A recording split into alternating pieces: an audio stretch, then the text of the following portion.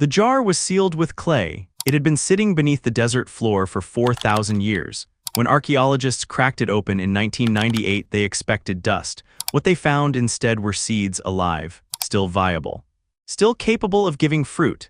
The civilization that buried them left no written language, no monuments, no empire, but they understood something we have spent centuries trying to relearn. That in a world where rivers dry up and crops collapse, one tree keeps its promise. That tree is still out there, older than most nations, tougher than any drought we've thrown at it. And for 150 years, we called it a weed and burned it to the ground. This is the archive of the Mesquite. Pull up a chair. The desert has been waiting to tell you this story for a very long time. The Sonoran Desert is not supposed to support life the way it does. Summer temperatures crack 115 degrees Fahrenheit. Rain arrives for 6 weeks a year, if it arrives at all. Topsoil is shallow, alkaline, and hostile to almost everything we call food. And yet, for thousands of years, people lived here and did not go hungry. The answer was not irrigation. It was not stored grain. It was a tree. Prosopis glandulosa, the honey mesquite. In the Tohono O'odham language, it is called kaibad, our sugar. The name tells you everything. The mesquite's roots descend over 160 feet into the earth, not sideways. Straight down, past drought, past season, past anything the surface can throw at it. Scientists later confirmed those root systems can access water tables that would take a modern well to reach. The tree doesn't wait for rain. It finds rain on its own terms, and what it produces with that water is extraordinary. Each golden pod contains up to 35% natural sugar, complete plant protein. Soluble fiber that slows glucose absorption, the opposite of what refined sugar does to the body. Ground into flour, the pods kept for months without refrigeration. In a desert, before electricity existed. How did entire civilizations actually use this? The Tohono O'odham, the Pima, the Yaqui, they didn't merely eat the mesquite, they built their calendar around it. The harvest was a ceremony, a reunion, a ritual that marked the turn from scarcity to abundance. Families gathered beneath the canopy as pods rained down in July, singing while they ground the flour. The sound of the mano against the metate, stone on stone, was the sound of survival made sacred. When Spanish explorer Alvar Núñez Cabeza de Vaca arrived in 1535, he wrote of the pods with something close to disbelief. He described the flour cakes as tasting of honey, sustaining entire communities through winter. His account was not poetic license. Chemical analysis of ancient mesquite flour has since confirmed sugar content rivaling fruit. In caloric density per acre, the mesquite outperformed corn in drought conditions by a ratio that has no clean analogy in modern agriculture. By 1541, another expedition documented forests of mesquite stretching across the Rio Grande so dense their canopy created its own shade ecosystem, a man-made cooling system, built by nothing but patience and deep roots. The tree gave everything, it asked for nothing. So what went wrong? The destruction began with cattle. In the 1860s, the American West was open to large-scale ranching. Millions of longhorn cattle were driven across land that had supported indigenous communities for millennia. The cattle grazed and grazed and grazed, and something unexpected happened. Mesquite seeds pass intact through the digestive system of cattle. As the herds moved, they spread the tree, but they also carried something else.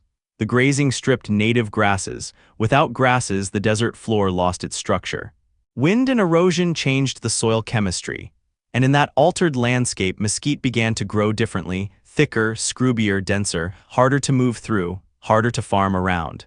By the 1880s, ranchers who had once lived beside mesquite forests began calling it an invasive weed. Here is the uncomfortable truth.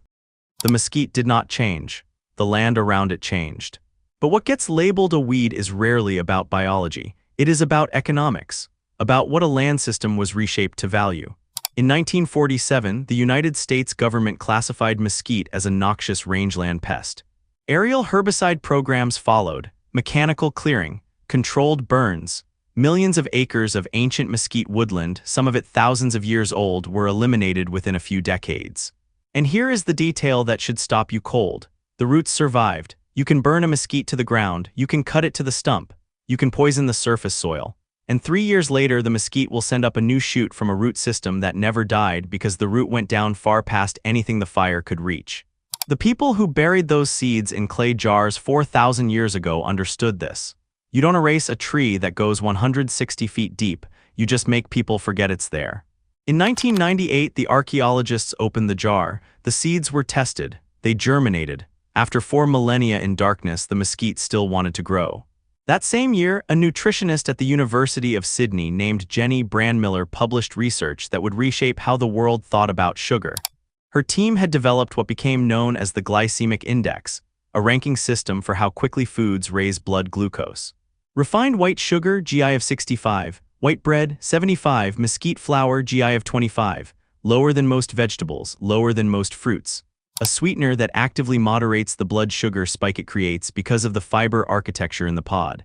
The same fiber structure that let the Tohono O'odham eat this daily for generations without the metabolic crises now killing people across the industrialized world.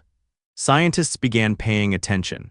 In 2004, ethnobotanist Gary Paul Nabhan, who had spent decades documenting indigenous food systems in the Sonoran Desert, published findings showing that type 2 diabetes rates among the Tohono O'odham had exploded after their traditional diet was replaced by commodity foods in the 20th century.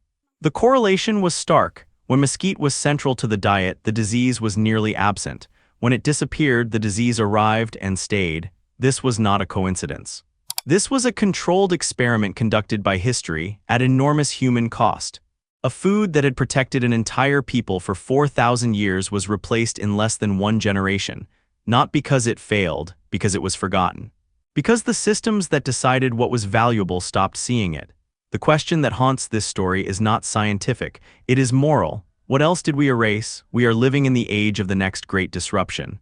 The Colorado River, which irrigates a significant share of American food production, has been shrinking for 2 decades. The aquifers beneath the Great Plains, the Ogallala, which feeds corn, wheat, and soy across 8 states, are being drawn down faster than rain can refill them. Scientists now estimate that at current rates, sections of the Ogallala will be functionally exhausted within 50 years. Our food system was built for a stable climate. The climate is no longer stable. And somewhere in the Sonoran Desert, a tree with roots 160 feet deep is flowering.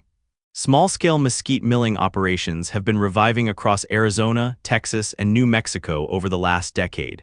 Indigenous food sovereignty movements, led largely by Tohono O'odham farmers and chefs, have brought mesquite flour back to restaurant menus, farmers' markets, and school kitchens.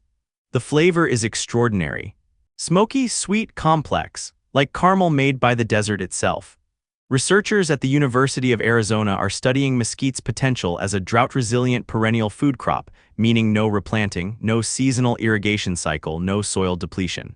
The tree feeds itself and feeds you. Those people who buried the seeds in clay jars, they were not preparing for failure. They were preparing for the future. They understood, in a way we are only beginning to relearn, that the most resilient food is the one that was never invented, only remembered. The archive doesn't close here, it's just getting started. What we erased, we can remember. What we burned is still rooted.